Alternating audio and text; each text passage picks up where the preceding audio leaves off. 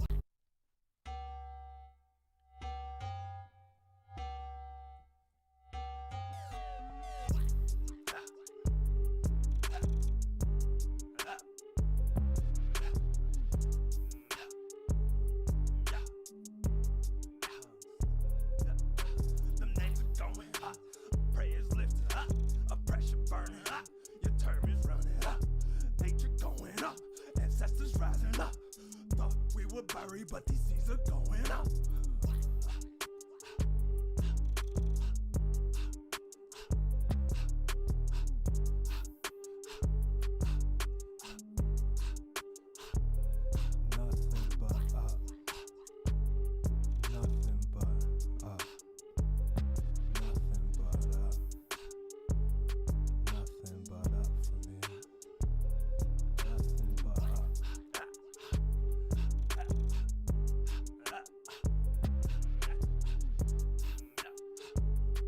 Thursday.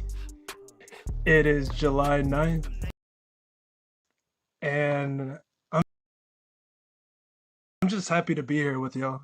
Happy to be going through this readings with y'all, and yeah, I'm gonna first ground us with a little bit of Taking the War Out of Our Words by Sharon Strand Ellison. Hey, what's good, y'all? And yeah,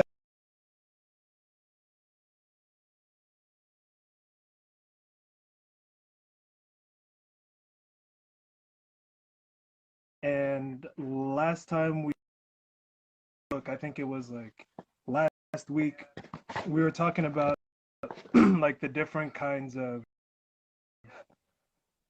defensive postures that we take.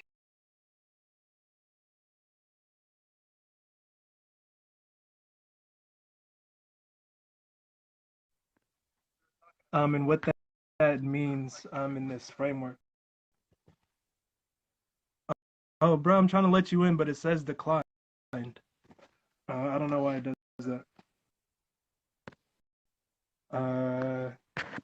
Yeah, we're gonna have some words with Facebook. But so surrender. This is chapter 2 of Taking the War Out of Our Words to ground us. It says that there are two different kinds of personality, and then the more aggressive type of format is surrender sabotage.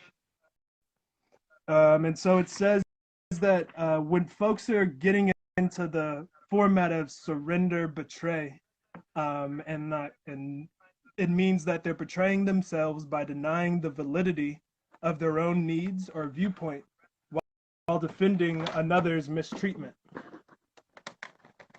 of you.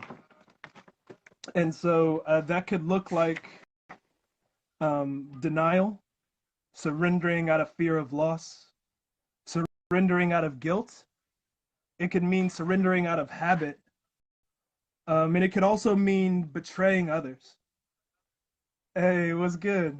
It's been a minute.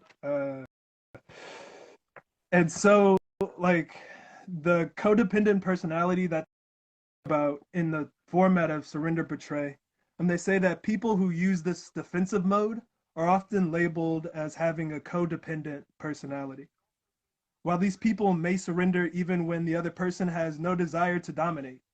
In extreme codependence, they may even defend the actions of a partner or a family member who is physically abused.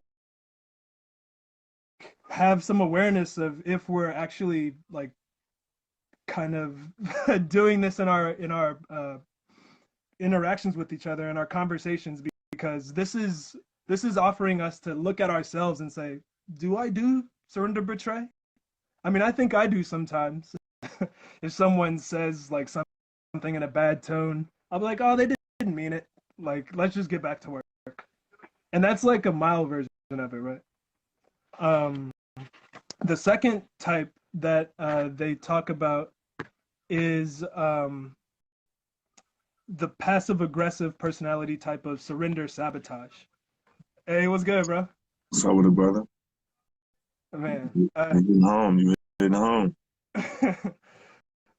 so surrender sabotage, it says, is the second and more aggressive form, and it's what happens when we give in to what the person wants, but we are aware on some level, consciously or semi-consciously, that we don't like how we are being treated, and then we therefore suppress our frustration, and instead of openly acknowledging our discomfort, we use other kinds of tactics. And so they have here. I'm gonna put this on the page so you can see this with me. So they broke down the different kinds. Sorry, my camera is not very good.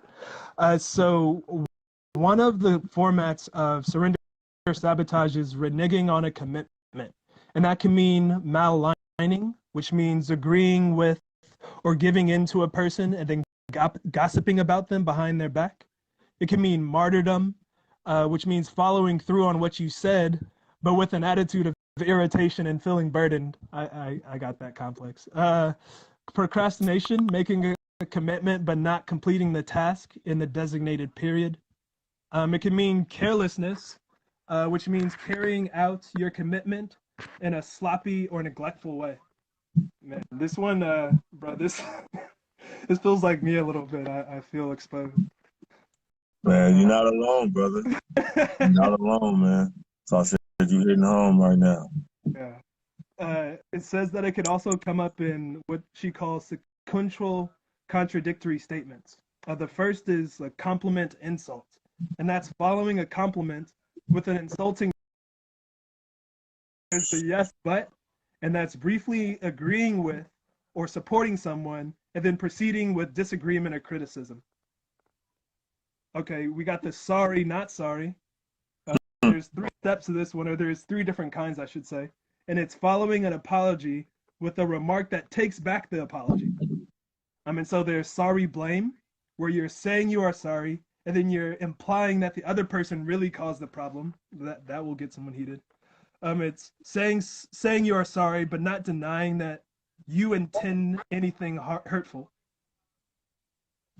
So saying you are sorry, but denying that you intend anything hurtful. It's like intention over impact thing.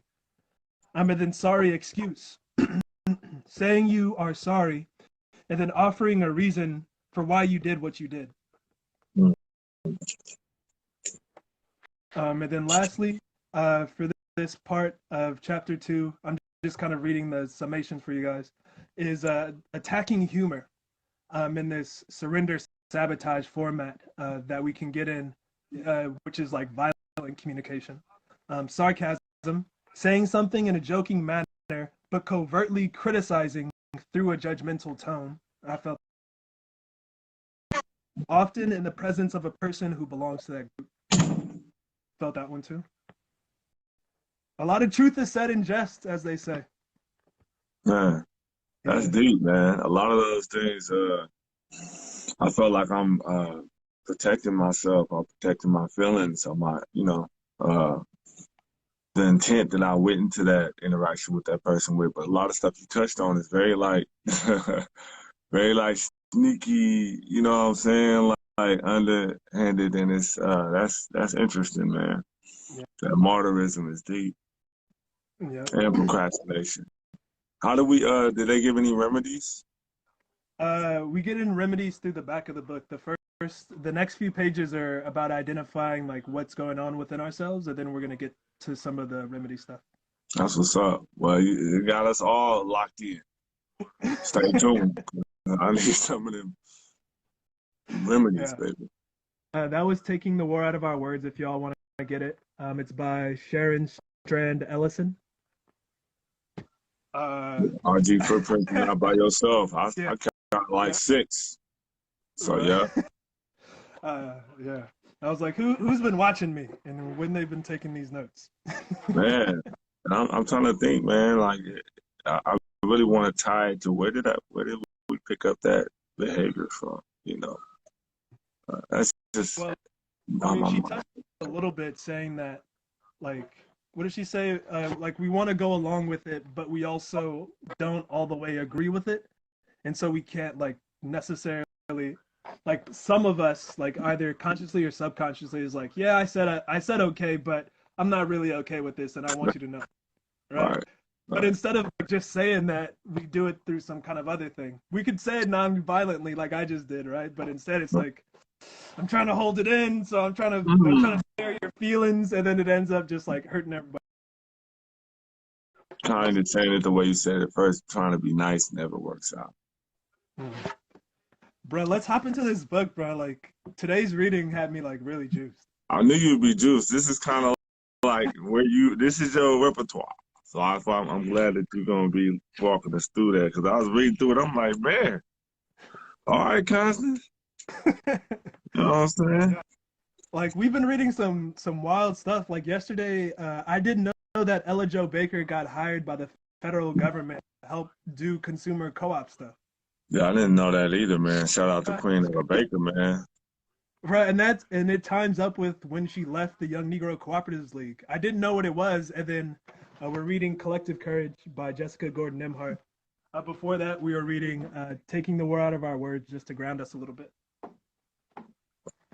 Yeah, bruh. So it's like, bruh, she's like the most dynamic person I know of. I want to know everything, and like, Doing work. Doing work, man. That's big ups. Queen Mother Ella Jo Baker, man. And we got the Ella Jo Baker Center out here in Oakland as well. oh yeah, Continuing on her legacy. yeah, we got the downloads for you in our link tree too, in case you don't have the book yet.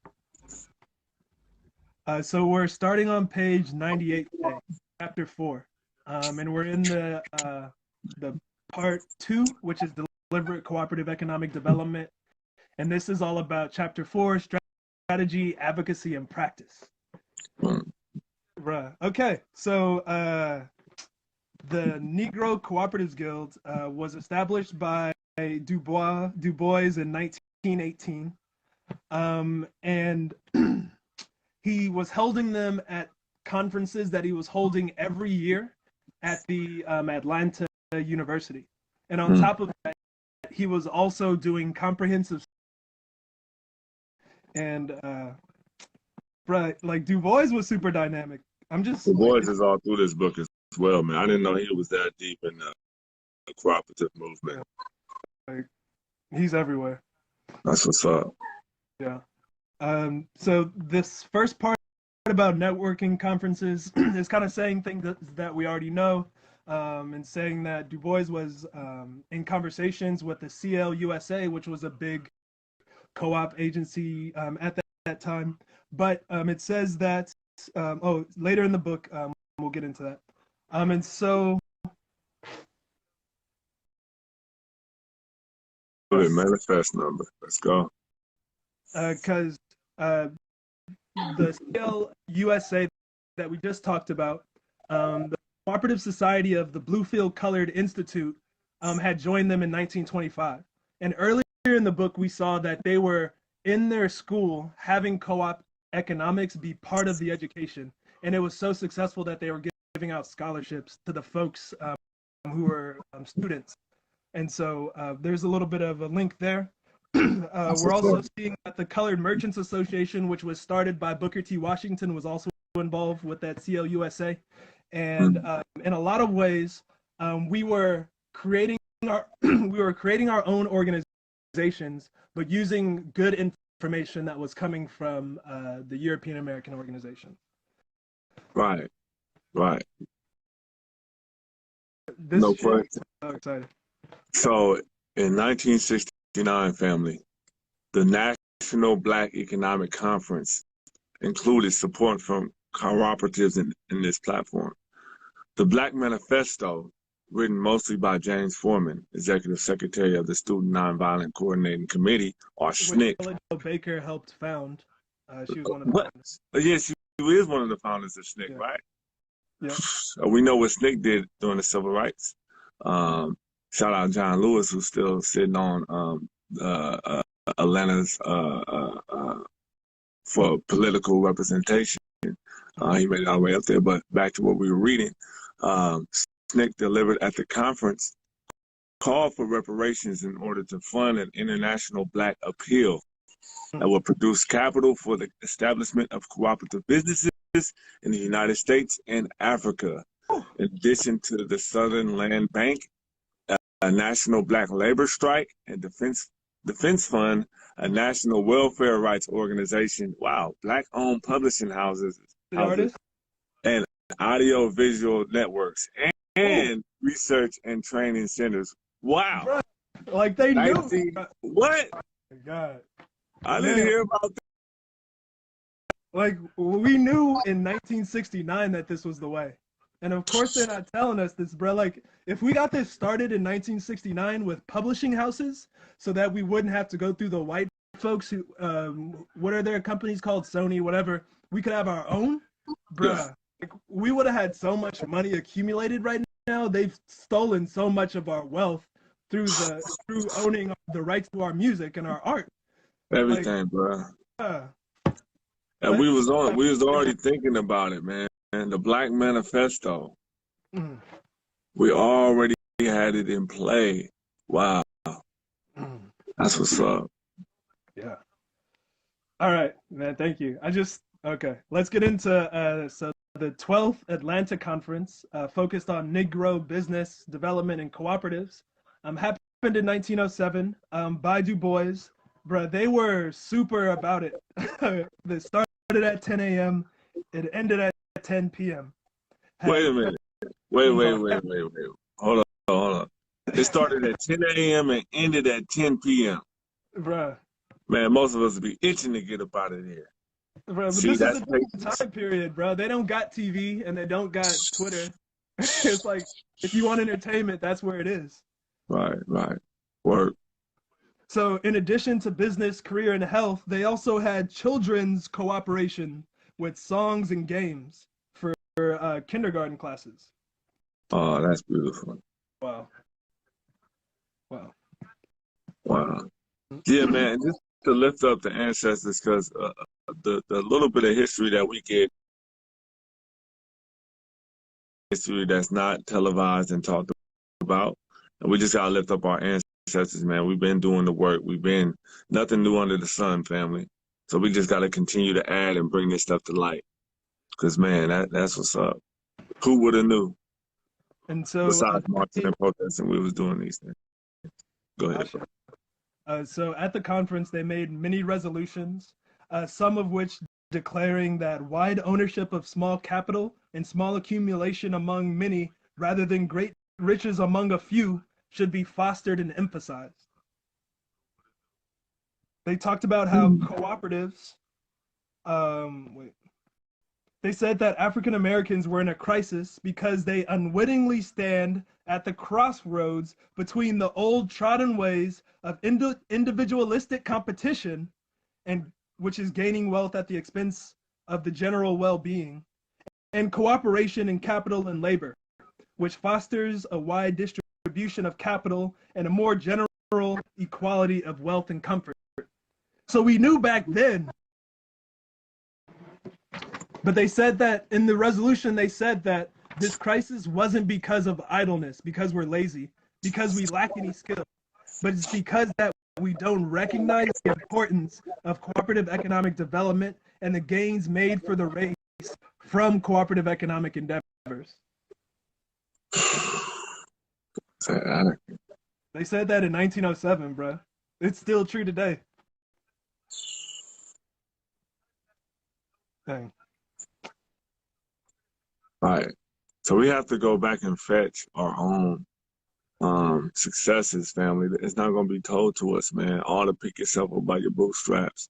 You know, the brothers on the corner, they don't want to work. They just want to be out there hustling. We've been hustling. We've been building. We've been trying to support ourselves in the confines that they laid out. But reveal the sheet, the confines that they laid out as prison, indoctrination, or working on a new plantation, whether that's incarceration or you got a good job and you feel like you're making it, but like we just talked about, you isolated. So it's not that we have not been doing this work. We don't know what to do. It's just that it's continuously being hidden from us.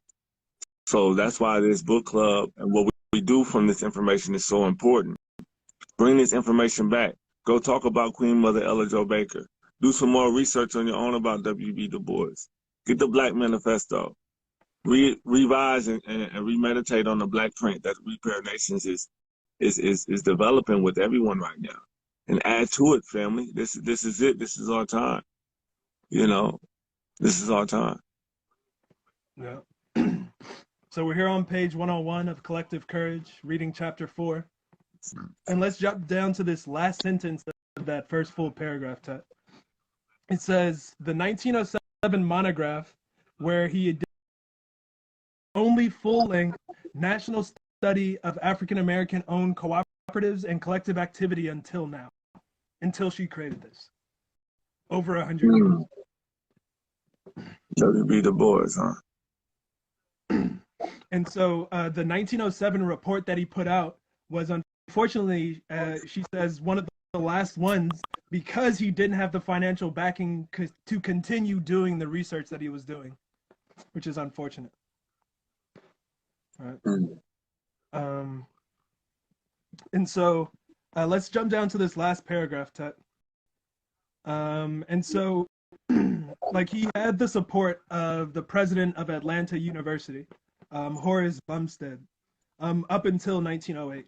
And they had a comprehensive plan to study many aspects of the social and economic conditions of African Americans, the complete Negro problem in the U.S. And so each annual conference that they had that was held in Atlanta, like, it focused on a different topic. And they envisioned a 100-year program of study. Bruh, that's deep. And so Du Bois at the bottom talks about how at the time of their publications, Atlanta University was the only institution in the world carrying on a the world. Dang. And so 28 years later, in an autobiography, this gentleman is saying that although the reports had some shortcomings, and it was a little elemental, like he could have done it better, what he says is that because of Du Bois' help, he dispelled a lot of the myths, so he proved a lot of the myths and the common sense generalizations, in quotes, held by many people of the period. And that includes the misconception that Black men were lynched for sexual assault. Only a third of people were lynched for sexual assault, showing that there was a misconception that Negro education was equal to white. He was able to document that it was inferior in every way. And there was a misconception that Black people's education was paid for by white people. And he showed that actually Black people paid a lot of taxes that went towards that education. And so having someone devoted to studying things from our side and not bringing in their outside perspectives was huge for this time period. Yeah, that's how we get from America. Most of the stats and reports are talking about white America. We aren't really included. So when they say about 15% of the population is infected by COVID, best believe they're not talking about our addition to that percentage. They're talking about their own. They do their own research. They look out for their own. So it's only right that we have an interest to do the same for ourselves. And I don't really know too many people, organizations that's doing that on a large scale. It's a lot of nonprofits, small co-ops that's starting the research. But yeah, in this way, where they were able to document that, that's huge. Yeah, that's big. All right. Yeah, we're gonna try and speed through the rest of this so we can finish. And a Council for Credit Unions and Associates did a lot of work starting cooperative credit unions by passing out pamphlets all around. We're gonna read more about that in Chapter 8, but basically they were able to help start like 50 or something credit unions in North Carolina. Super is just crazy, and like props to them how they did that. So we should learn from them for sure. On page 102 of Collective Courage, it's talking about how both Du Bois and George Schuler, who were editors of newspapers, were doing a lot towards letting people know about co-ops. And from 1910 to 1934, when the crisis, which is the NAACP's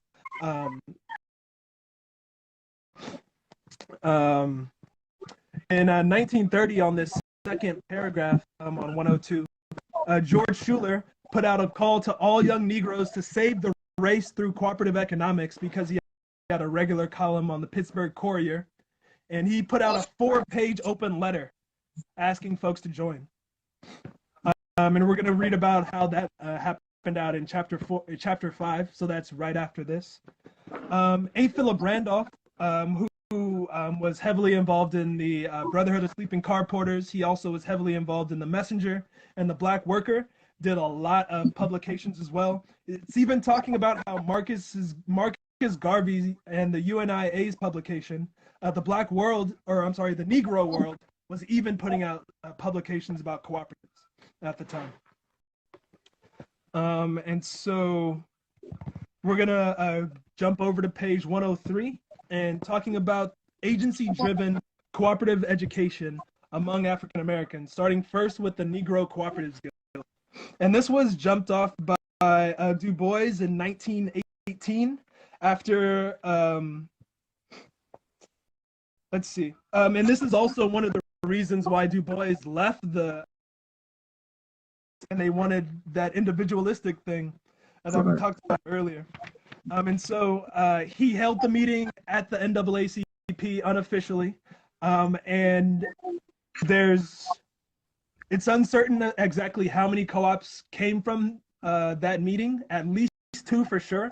One in West Virginia and one in Memphis had like 5, but because he was like making sure to bring in folks, bring in leaders, and suggested them that they bring up our race through cooperatives, many sprang forth, right? And he was saying about the resistance in the NAACP and this thing down at 104. It says, the association seemed to me not only unwilling to move toward the left in its program, but even step decidedly toward the right. And what is of the board of directors than the white ones? One could realize why a rich white liberal would suspect fundamental economic change. But it was most difficult for me to understand that the younger and more prosperous Negro professional men, merchants, and investors were clinging to the older ideas of property, ownership, and profits, even more firmly than the whites. The liberal white world saw the change that was coming despite their wish. The upper class colored world did not anticipate nor understand it. So, they don't see racism. They don't see racism no more. They did it. But the sad thing is, inside of the NAACP, it was our folk who was like, nah, I'm trying to get rich, and like, why? Like, I don't want to co-own with everyone and have everyone be equal. That's that complex, bro. They drunk the Kool-Aid. They fought enough that they forgot where they came from. And now they like, oh man, I'm accepted. I got a couple of $100,000 in the bank. Why should I? I'm superior now. I got my manhood back. Now I'm the boss. Why I want to share that? Now I'm above the rest of my brothers. They gotta come to me. So it also goes back to taking the war out of our words, man. That healing that we gotta do. Need to have that. You know what I'm talking about? So that's why I think that comes from. We still see that effect happening today, even on a lower level, even on the job, working at Walmart. You know what I'm saying? You got brothers that's like, nah, man. You know, I got you need to get yours.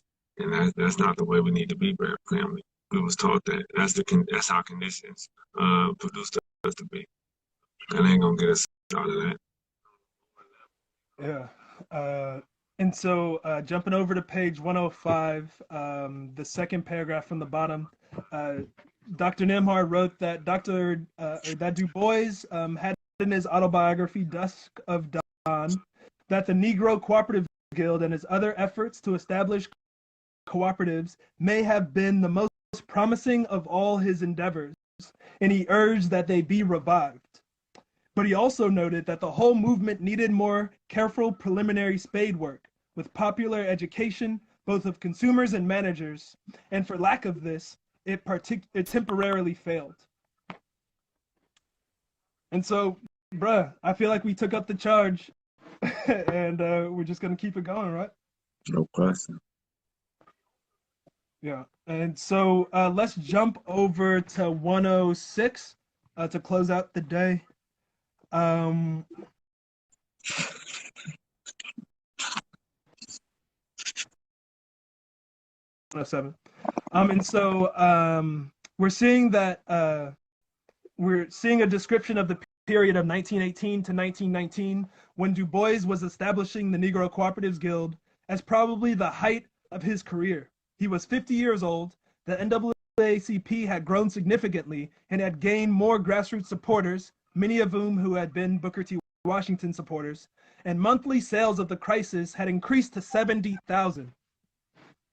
Bruh, that's like Du Bois having a Twitter or a follower, like 70,000 followers who all, like every single person like hits the like button. Cause like at that time, like everybody is reading what he's putting out. That's wild, bro. And so we're seeing that he wrote about cooperatives and using the racial group economic strategy from the early 1900s through the 1930s. And yet by his own admission, Du Bois did not put enough energy into it, and much more education successes of African-American co-ops unfolds in the pages of this book. Perhaps we can better understand why at the height of his influence, Du Bois did not seriously pursue the Negro Cooperatives Guild, and why he was not able to inspire more cooperative business development among his followers.